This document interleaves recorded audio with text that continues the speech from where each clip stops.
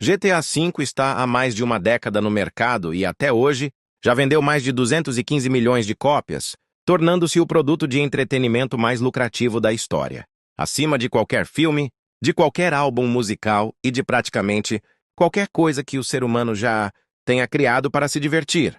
E o mais curioso de tudo isso é que, por trás desse número absurdo, não existe apenas uma mega corporação sem rosto e sem alma. Existe uma história de ambição sem limites, de escândalos que quase destruíram a empresa e de uma visão tão grandiosa que o próprio setor levou anos para compreendê-la.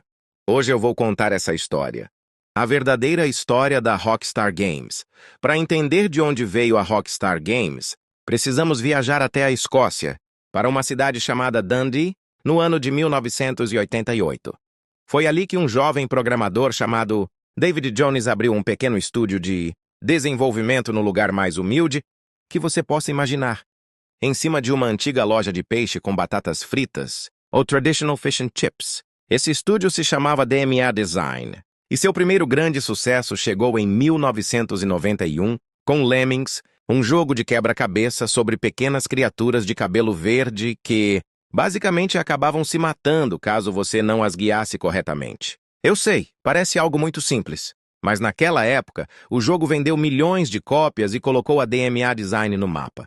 No entanto, David Jones tinha uma visão muito maior do que apenas criar jogos de quebra-cabeça com criaturinhas simpáticas. Ele queria desenvolver algo que ninguém jamais tivesse visto.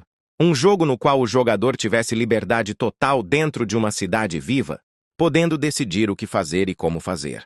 Esse experimento maluco, que nas primeiras etapas de desenvolvimento recebeu o nome de Race and Chase, acabaria se transformando no primeiro Grand Theft Auto. O jogo foi lançado em 1997 e publicado por uma empresa chamada BMG Interactive. Ele tinha visão de cima, gráficos em 2 dimensões e uma ideia simples, mas escandalosa.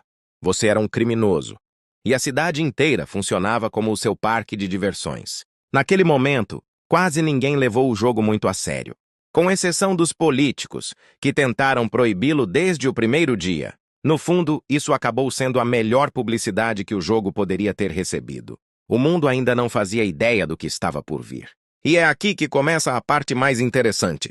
Em 1998, a Take-Two Interactive comprou a BMG Interactive. Com essa operação, a empresa ficou com algo extremamente valioso, a franquia Grand Theft Auto. Mas também ficou com 2 irmãos, britânicos de ego gigantesco, e estou dizendo isso para que vocês entendam bem o contexto. Esses 2 britânicos eram Sam Houser e Dan Houser. Ao lado de Terry Donovan, Gary Foreman e Jamie King, eles se mudaram para Nova York. Instalaram-se na Broadway, no coração de Manhattan e, em 5 de dezembro de 1998, fundaram oficialmente a Rockstar Games. Desde o início, eles sabiam que não queriam produzir videogames convencionais. A missão deles era criar cultura. Sam Houser tinha isso absolutamente claro. Ele queria que seus jogos fossem tão relevantes quanto os melhores filmes de Hollywood e tão influentes quanto os álbuns mais icônicos do rock. Para muita gente, aquilo parecia delírio de grandeza. Mas o que parecia loucura acabou sendo exatamente a mentalidade de que a indústria precisava. O primeiro movimento estratégico da empresa foi comprar a DMA Design, o estúdio escocês que havia criado GTA, e rebatizá-lo como Rockstar North. Com isso, eles já tinham o seu coração criativo. Agora só precisavam mostrar ao mundo do que eram capazes. E para provar isso, começaram a trabalhar em um ritmo brutal. Entre 1999 e 2001, a Rockstar publicou mais de 17 jogos. Embora muitos deles não tenham entrado para a história, vale a pena relembrá-los, porque eles dizem muito sobre quem a empresa era naquela época. Em 1999 chegou Grand Theft Auto 2, que repetia a fórmula do original, com pequenas melhorias e uma ambientação futurista que não agradou completamente ao público. Também foi lançado Wild Metal Country, um jogo de combate entre tanques em planetas alienígenas. Era curioso e diferente, mas passou praticamente despercebido. E houve ainda Earthworm Jim 3D, a desastrosa tentativa de levar para as 3 dimensões, a minhoca mais famosa dos videogames. O projeto demorou tanto para ficar pronto que, quando finalmente chegou ao mercado, ninguém mais estava esperando por ele. Muito menos precisava dele. No ano 2000, a Rockstar esteve mais ativa do que nunca. Foi lançado Surfing H3O, um jogo de surf para PlayStation do qual quase ninguém se lembra atualmente. Também chegou o Smuggler's Run, que por outro lado acabou sendo uma surpresa. O jogo tinha direção fora de estrada, mercadorias ilegais, para transportar e uma jogabilidade viciante que funcionou muito bem no PlayStation 2. E também foi lançado Midnight Club Street Racing, o início da própria franquia de corridas ilegais da Rockstar pelas ruas de Nova York e Londres, sem semáforos, sem limites e sem regras. Era a resposta da Rockstar a Need for Speed, mas com muito mais atitude e bem menos respeito pelas leis de trânsito. Algo que, olhando hoje para a trajetória da empresa, não chega a surpreender. Então chegou 2001, o ano que mudou absolutamente tudo. Naquele ano, a Rockstar lançou Smuggler's Run 2, que ampliava a fórmula do primeiro jogo com novos cenários e veículos. Também publicou Oni, um jogo de ação em terceira pessoa inspirado em animes como Ghost in the Shell. Max Payne 2 aprofundou a história do detetive, com uma narrativa mais madura e uma melancolia que o primeiro jogo não possuía. Foi um daqueles jogos que chegaram cedo demais e não receberam o reconhecimento que mereciam. Depois veio Manhunt, provavelmente o jogo mais perturbador que a Rockstar já publicou. Furtividade extrema, execuções gravadas em vídeo, terror psicológico puro e uma atmosfera de pesadelo. A controvérsia foi tão intensa que o jogo chegou a ser proibido em vários países. Se Hot Coffee foi um escândalo, Manhunt foi praticamente um terremoto judicial. Mais tarde, em 2004, chegaram dois jogos completamente diferentes. Red Dead Revolver foi a origem daquilo que, no futuro, se tornaria a franquia Red Dead Redemption. Era um faroeste de ação direta, sem a profundidade narrativa de seus sucessores, mas com todo o estilo característico do gênero. A Rockstar praticamente salvou o projeto do cancelamento e plantou a semente de algo muito maior. Também chegou Grand Theft Auto, San Andreas, um jogo que todos nós conhecemos muito bem e que dispensa apresentações. 3 cidades, uma história sobre gangues, traição e sobrevivência, além do maior mapa que a empresa havia criado até aquele momento. Foi um fenômeno cultural que teve um impacto especialmente forte entre comunidades latinas e afro-americanas, de uma maneira que poucos videogames haviam conseguido antes. Enquanto tudo isso acontecia, a empresa continuava crescendo sem parar e comprando um estúdio após o outro. Rockstar Vancouver, Rockstar San Diego, que ficaria responsável pelo desenvolvimento do motor gráfico Rage, o coração tecnológico de todos os jogos futuros da empresa, Rockstar Viena, Rockstar Leeds e Rockstar Toronto, um império construído tijolo por tijolo. Em 2005 chegou a vez dos consoles portáteis, com Grand Theft Auto, Liberty City, Stories para o PSP. O jogo levou o universo de GTA para a palma da mão, com uma história anterior aos acontecimentos de GTA 3, protagonizada por Tony Cipriani. Durante muito tempo, ele foi o jogo mais vendido da plataforma, o que dizia bastante sobre a vontade que o público tinha de jogar GTA em qualquer formato e em qualquer tela. O ano de 2006 mostrou que a Rockstar também era capaz de surpreender com os projetos mais inesperados. Rockstar Games Presents Table. Tênis era exatamente aquilo que o nome sugeria, um simulador de tênis de mesa, e mesmo assim, recebeu avaliações extraordinariamente positivas porque era tecnicamente impecável e absurdamente divertido. Foi uma raridade no catálogo da empresa, que muita gente ainda recorda com um carinho desproporcional. Naquele mesmo ano também chegou Bully, outra raridade genial. Em vez de controlar um criminoso, você assumia o papel de Jimmy Hopkins, um adolescente em um colégio interno repleto de valentões, aos quais precisava enfrentar com brincadeiras, brigas e um pouco de romance adolescente. Era um jogo com muito coração e um senso de humor extremamente particular. Até hoje ele mantém uma comunidade fiel de fãs que continua pedindo uma continuação que a Rockstar nunca lançou. Também chegou Grand Theft Auto, Vice City Stories para o PSP, ampliando o universo de Vice City com uma história anterior, protagonizada por Vic Vance e ambientada nos mesmos anos 1980, cheios de neon e excessos, dos quais todos nos lembramos com nostalgia. E naquele mesmo ano de 2006, o motor Rage ficou oficialmente pronto. Ele havia sido desenvolvido para lidar com física complexa, inteligência artificial avançada e os mundos gigantescos pelos quais a Rockstar já era conhecida.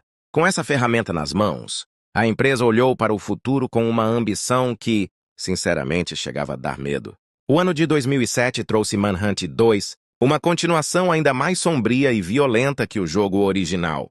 A princípio, o título foi rejeitado pela ESRB, o órgão responsável pela classificação dos videogames nos Estados Unidos e no Canadá, por ser explícito demais para qualquer classificação etária existente. Depois de uma batalha jurídica, o jogo chegou ao mercado em uma versão censurada, colocando mais uma vez o nome da Rockstar em todos os jornais. Mas, sejamos honestos, o caminho da Rockstar não foi feito apenas de sucesso e aplausos. Em 2005, no auge de San Andreas, explodiu o escândalo que ficaria conhecido como Hot Coffee. Dentro do código do jogo, alguém descobriu um mini-jogo de conteúdo sexual que havia sido desativado antes do lançamento, mas nunca completamente removido. Quando isso veio à tona, a confusão foi gigantesca. A entidade responsável pela classificação retirou a classificação original do jogo. As vendas foram temporariamente interrompidas, surgiram processos judiciais, houve pressão direta do Congresso, dos Estados Unidos e o nome da Rockstar apareceu nos noticiários do mundo inteiro.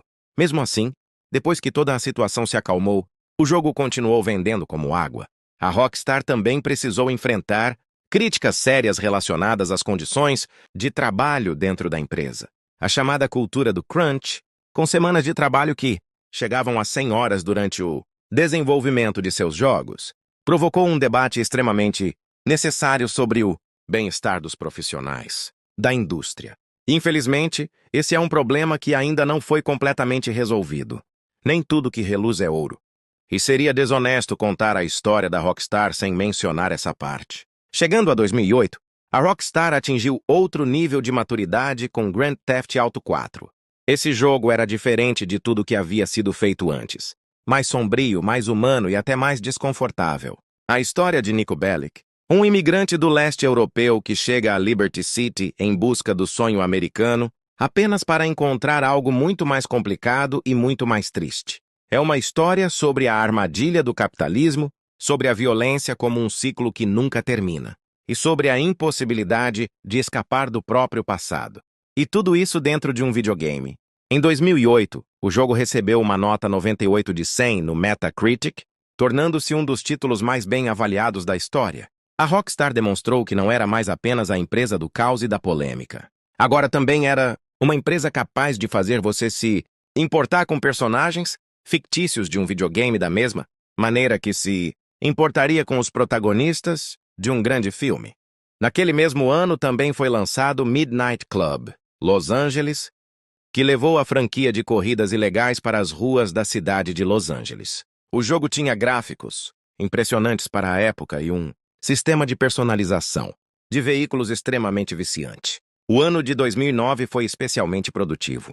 Chegaram as duas expansões de GTA IV, que foram vendidas quase como experiências independentes. The Lost and Damned acompanhava Johnny Klebitz e a vida de uma gangue de motociclistas em Liberty City. Já The Ballad of Gay Tony, protagonizado por Luis Lopez, mostrava o lado mais glamuroso e exagerado da cidade, com uma história bem mais leve e divertida.